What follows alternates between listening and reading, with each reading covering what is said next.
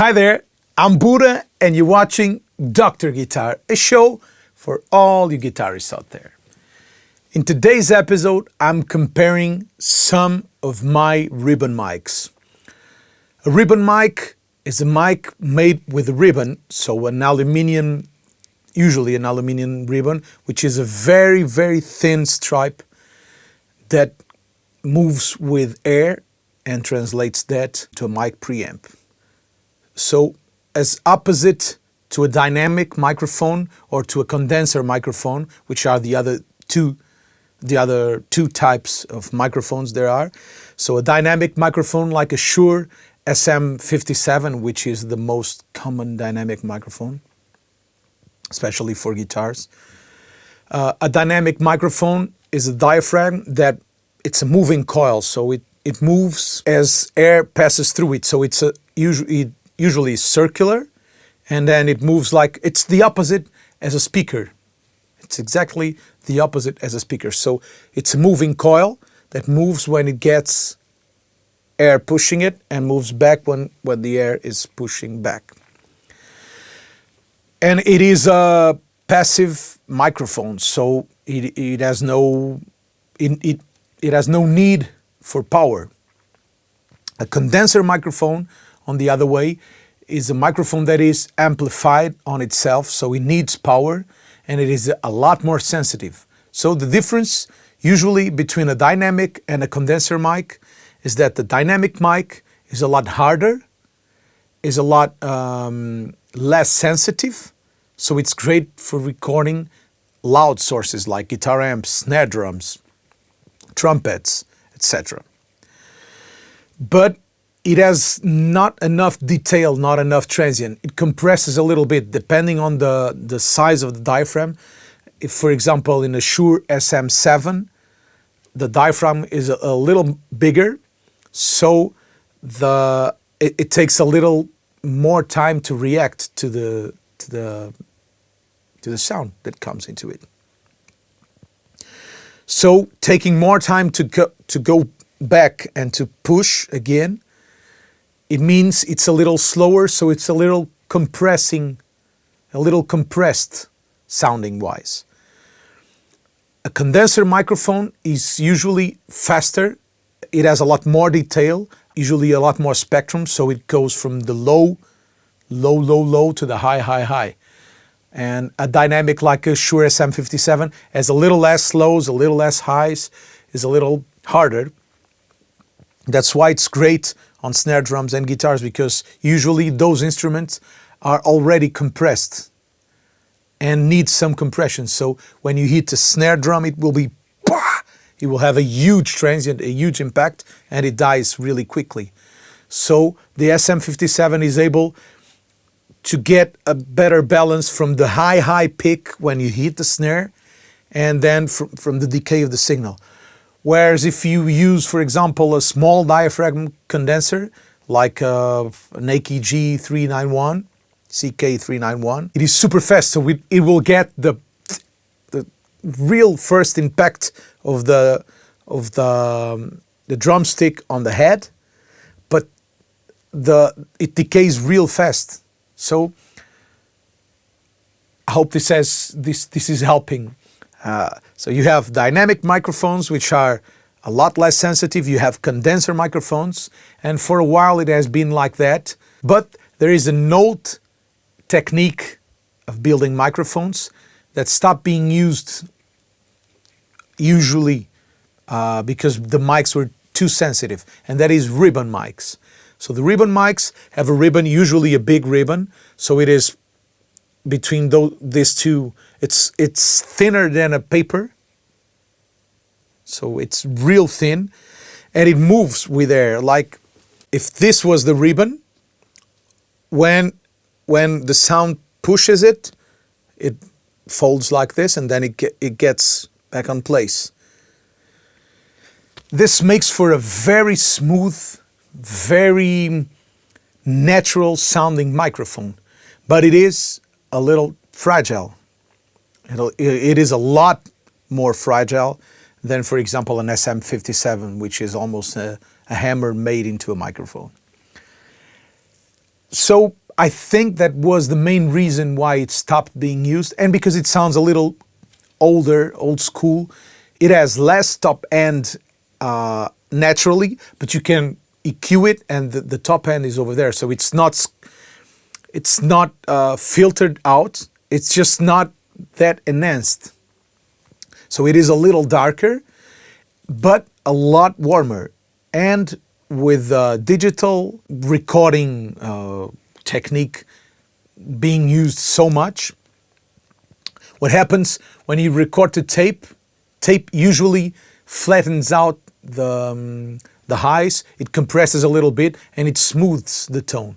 So back then, people needed bright microphones, aggressive microphones, a lot of transient microphones. When you go into digital, digital is raw. It's very, what you put into it, it's what you get. So you have a lot more lows, a lot more highs, and then those bright microphones are too bright, at least for my taste. This is super personal, and it's with sound and art and music, there's never a rule for everyone. So this is my taste and my perspective of it. And feel free to comment. Let's debate it, because we all learn and we all grow with it. So while I was recording to digital, I always felt it was too cold, too lifeless. And then I discovered ribbon mics.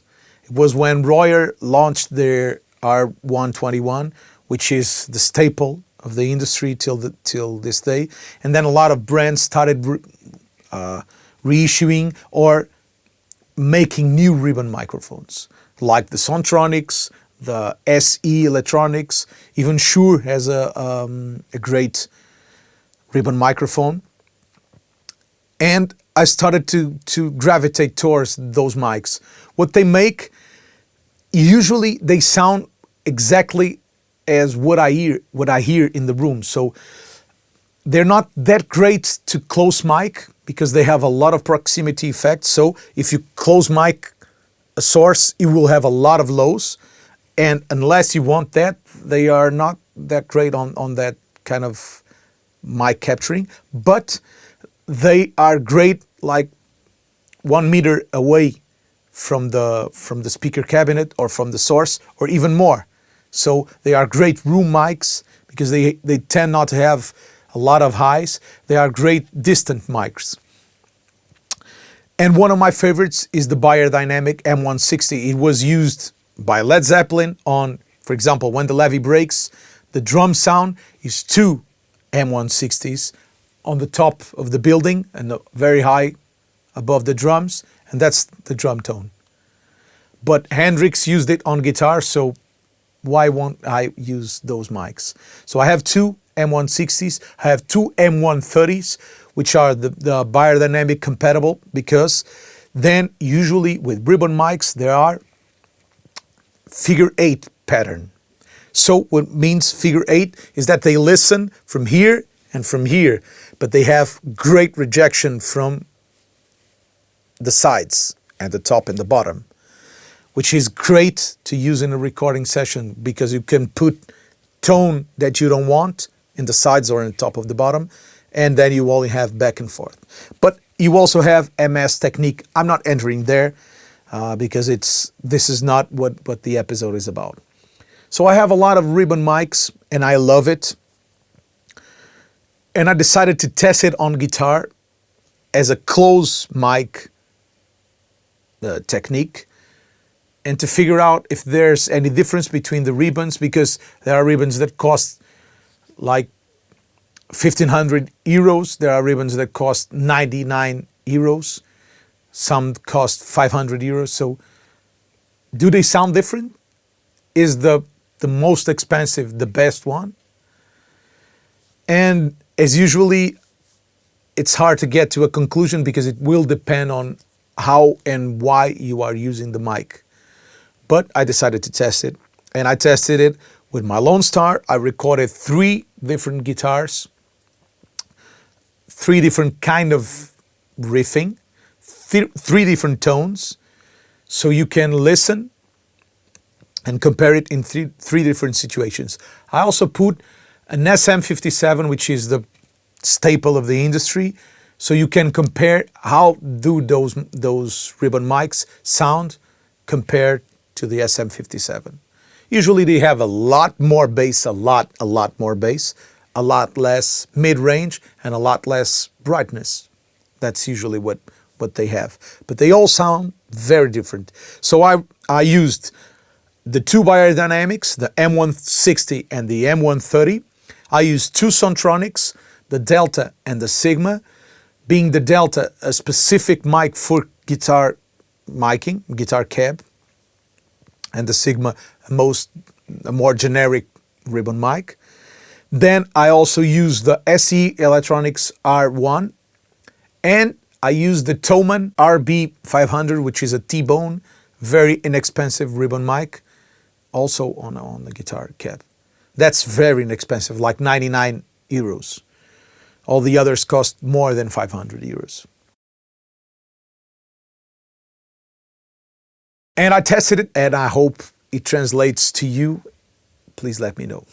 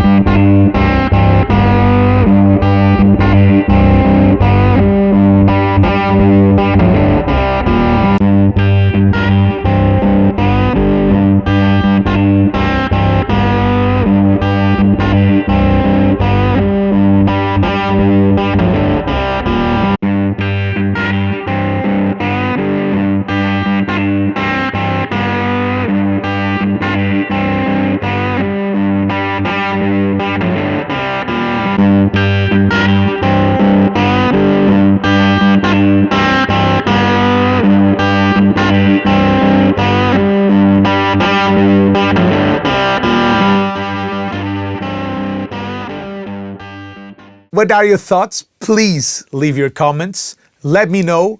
What do you think? What's your preferred mic?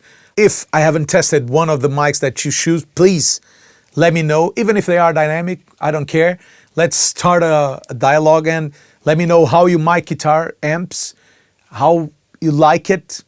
Please go and watch other episodes I did on microphones, miking guitars. The first episodes I did on the series, they are still very valuable in this matter.